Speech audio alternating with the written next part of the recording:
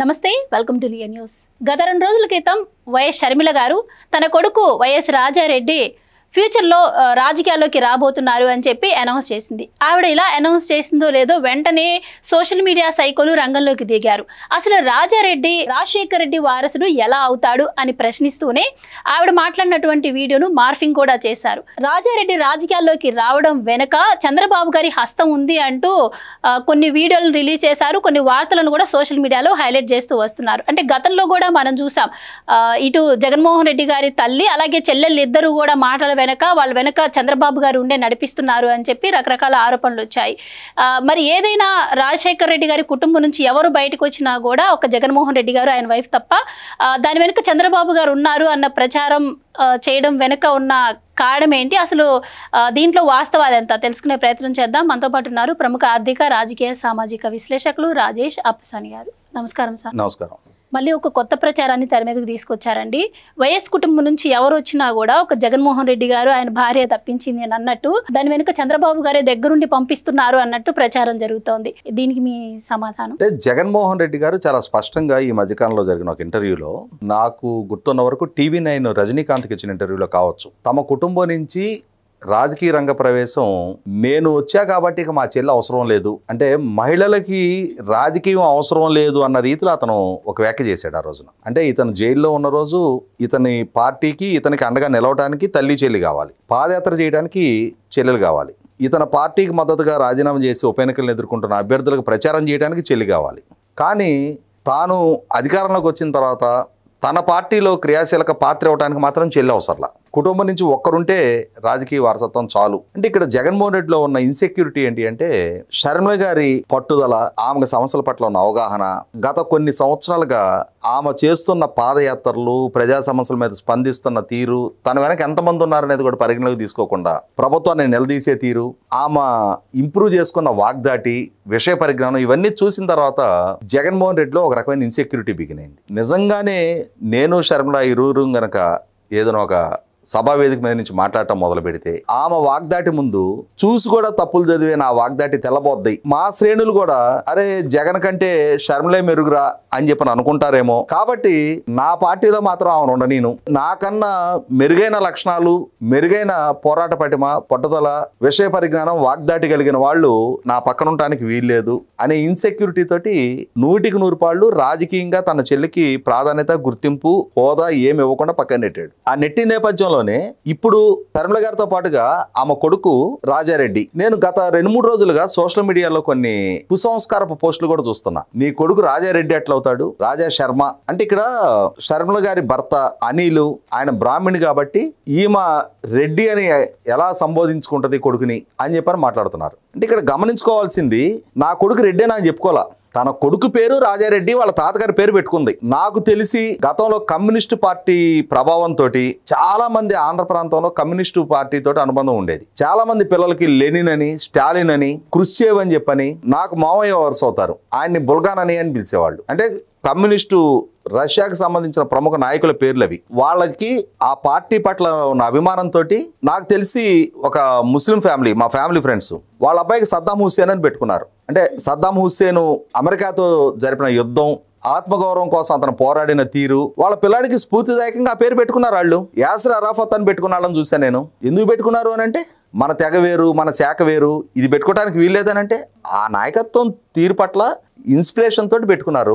ఆమెకి వాళ్ళ తాత అంటే ఆరాధన ఉంది. వాళ్ళ తాత జ్ఞాపకంగా ఆమె కొడుక్కి వాళ్ళ నాయనే పెట్టాడంట పేరు.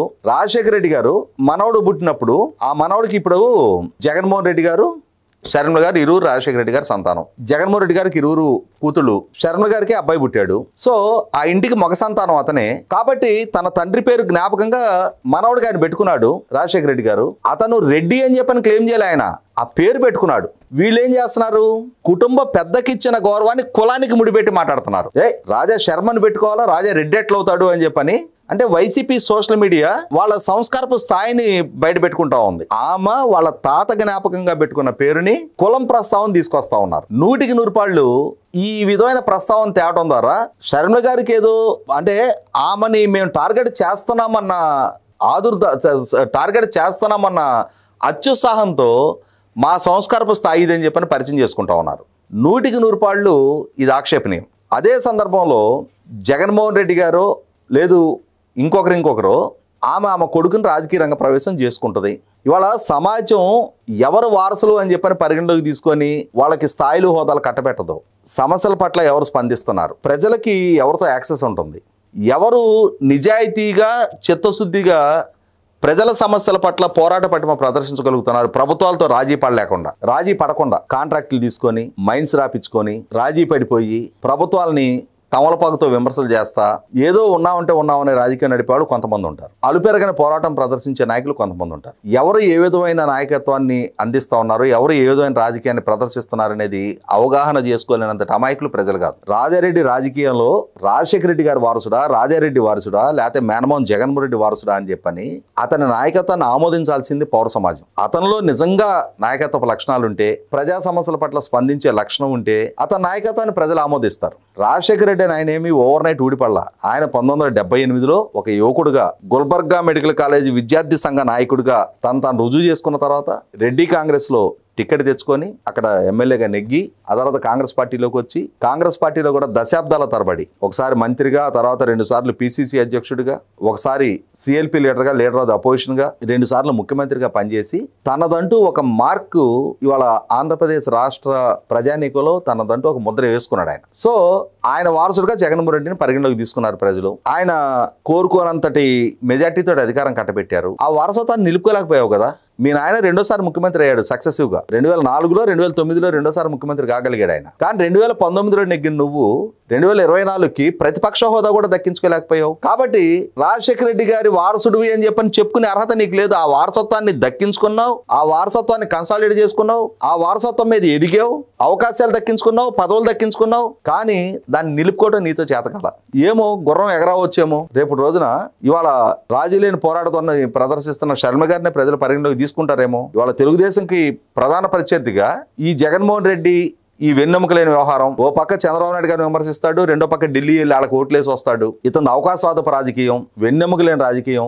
ఏ నిమిషానైనా సరే మోడీ గారినో అమిత్ షా గారినో చూస్తే వంగి వాళ్ళ కాళ్ళకి నమస్కారం చేయాల్సిన బానిసత్వంలో ఈయన ఉన్నాడు. ఈయన్ని మనం ఎందుకు చంద్రబాబు నాయుడు గారికి ప్రత్యర్థిగా పరిగణలోకి తీసుకోవాలి? ఈయనకన్నా శర్మలే బెటర్ అని చెప్పని రేపు రోజున పౌర సమాజం, వైసీపీ శ్రేణులు కూడా అరే మనందరం మూలాలో ఒకనాడు కాంగ్రెస్ పార్టీతో ముడిపడి ఉన్నాయి కదా, మనందరం కాంగ్రెస్ నుంచి వచ్చిన వాళ్ళమే కదా. ఈ వెన్నెముకలేని జగన్మోహన్ రెడ్డి కన్నా, ఈ అసంబద్ధమైన అవగాహన రాజ్యపు నిర్ణయాలు చేసే జగన్మోహన్ రెడ్డి కన్నా ప్రోగ్రెసివ్గా కన్స్ట్రక్టివ్ రాజకీయం చేస్తున్న శర్మలే మెరుగు అని చెప్పని వాళ్లే రేపు రోజున వాళ్ళ పాత గూటికి చేరే ప్రయత్నం జరుగుద్దేమో. ఆ జరిగిన రోజున ఏమో యంగ్స్టర్ గా ఉన్న ఈ రాజారెడ్డిని కూడా ఆ కాంగ్రెస్ పార్టీలో మరి శర్మల గారి వారసుడుగా ఆమె అడుగుజాడల్లో తను రుజువు చేసుకుంటే అతను కూడా పరిగణలోకి తీసుకుంటారేమో. కాబట్టి 2009కి ముందు జగన్మోహన్ రెడ్డి ఎవరో తెలియదు ఎవరికి. 2009 తర్వాత రాజశేఖర రెడ్డి గారి వారసుడుగా వచ్చాడు. ఆయన ముఖ్యమంత్రిగా ఉండగా ఆయన ఇచ్చిన ఎంపీ టికెట్ అడ్డు పెట్టుకొని ఎంపీగా నెగ్గి ఆ ఎంపీ పదవిలో ఉండగానే వాళ్ళ నాయన గారు చనిపోతే ఆ చనిపోయిన ఎమోషన్ అడ్డు పెట్టుకొని ఆ ఎమోషన్ ని కన్సాలిడేట్ చేసుకొని తనదొక పార్టీ పెట్టుకొని ఈ లోపు రాష్ట్ర విభజన నేపథ్యంలో కాంగ్రెస్ పార్టీ పట్ల పెరిగిన ఆగ్రహవేశాల నేపథ్యంలో ఆ కాంగ్రెస్ శ్రేణులు మొత్తాన్ని పోలరైజేషన్ చేసుకొని తన శ్రేణి పార్టీలోకి రప్పించుకొని సంస్థాగతంగా తన పార్టీని బలపరుచుకొని తద్వారా ఆ కాంగ్రెస్ పార్టీ పునాదుల మీద తనదనేది ఒక సామ్రాజ్యాన్ని నిర్మించుకున్నాడు.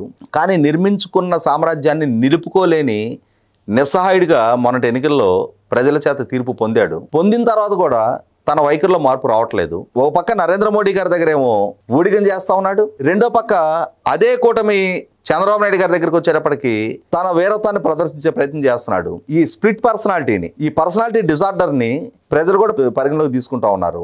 ఇంత విచిత్ర పోకడ ఉన్న వ్యక్తి, ఇటువంటి వ్యక్తిత్వం ఉన్న వ్యక్తి, ఇతను సుదీర్ఘకాలం రాజకీయాల్లో మనుగడ సాగించడం కష్టం అన్న అభిప్రాయానికి ఇప్పటికే వాళ్ళ శ్రేణులు వస్తూ ఉన్నారు. మనకు ఛత్రపతి సినిమాలో ఒక డైలాగ్ ఉంటుంది, ఒక్కడుగు అని చెప్పని. ఇవాళ వైసీపీ పార్టీ నుంచి నేను అనుకోవటం కాంగ్రెస్ పార్టీలోకి పాత శ్రేణులన్నీ పునఃప్రవేశానికి ఆ ఒక్కడుగు కోసం ఎదురు చూస్తూ ఉన్నారు. ఇవాళ తనతో పాటు నెగ్గిన 10 మంది శాసనసభ్యులను అసెంబ్లీలోకి అడుగు పెట్టనీయకుండా, తాను అడుగు పెట్టకుండా వాళ్ళని కూడా అడుగు పెట్టనీయకుండా, నెగ్గిన జాబ్ సాటిస్ఫాక్షన్ వాళ్ళకు కూడా లేకుండా చేస్తున్న నేపథ్యంలో ఇవాళ రేపో ఆ శాసనసభ పక్షంలోనే తిరుగుబాటు వచ్చుద్ది అంటున్నారు. వాళ్లే కాంగ్రెస్ పార్టీని ఆశ్రయించడం ద్వారా మళ్ళీ తిరిగి కాంగ్రెస్ పార్టీలోకి ఈ పునఃప్రవేశాల గేట్లు తెరుస్తారు అంటున్నారు. అలా తెరిచిన రోజు ఏమో ఎవరైనా ఎగరవచ్చు. దానికోసం అని చెప్పని చంద్రబాబు నాయుడు గారు ఏదో సలహా ఇచ్చారు, చంద్రబాబు నాయుడు గారి ఆదేశాలతో నేను నా కొడుకుని రాజకీయంలోకి తీసుకొచ్చాను అని చెప్పని షర్మిల గారు చెప్పినట్టుగా మార్ఫింగ్ వీడియోలతోటి షర్మిల గారి రాజకీయ రంగ ప్రవేశానికి వాళ్ళ కొడుకు ఆమెతో పాటు కర్నూలు మార్కెట్ యార్డుకు రావడానికి చంద్రబాబు నాయుడు గారికి ముడిపెట్టి చంద్రబాబు నాయుడు గారిని బూచిగా చూపించి షర్మిల గారి నుంచి తనకు ఎదురుగా పోతున్న సవాల్ని ఆ గ్రావిటీని తక్కువ చేసి చూపించే ప్రయత్నం చేస్తూ ఉన్నాడు. ఎందుకంటే ఇదే జగన్మోహన్ రెడ్డి గతంలో తన కొడుకు వివాహానికి చంద్రబాబు నాయుడు గారిని ఆహ్వానించడానికి షర్మిల గారు చంద్రబాబు నాయుడు గారి ఇంటికి వెళ్తే పసుపు చీర కట్టుకొని చంద్రబాబుని ఇంప్రెస్ చేయడానికి వాళ్ళ ఇంటికి వెళ్ళింది అని చెప్పని వ్యాఖ్యలు చేసిన జగన్మోహన్ రెడ్డి సంస్కారాన్ని కడప ప్రజలు చూశారు కాబట్టి మొన్నటి ఎన్నికల్లో 2019లో 10/10 ఇచ్చిన కడప జిల్లాలో మొన్నటి ఎన్నికల్లో 3 స్థానాలకు పరిమితం చేశారు. మరి ఆ 3 నిలుపుకుంటాడా మొత్తం పోగొట్టుకుంటాడనేది రాబోయే రోజులు అతని వ్యవహార శైలి ఇప్పటికే ఒక స్పష్టతకి ప్రజలకు వచ్చేసారు. చూద్దాం. థ్యాంక్ యూ సో మచ్ అండి. నమస్కారం. Please subscribe to Leo news for more videos.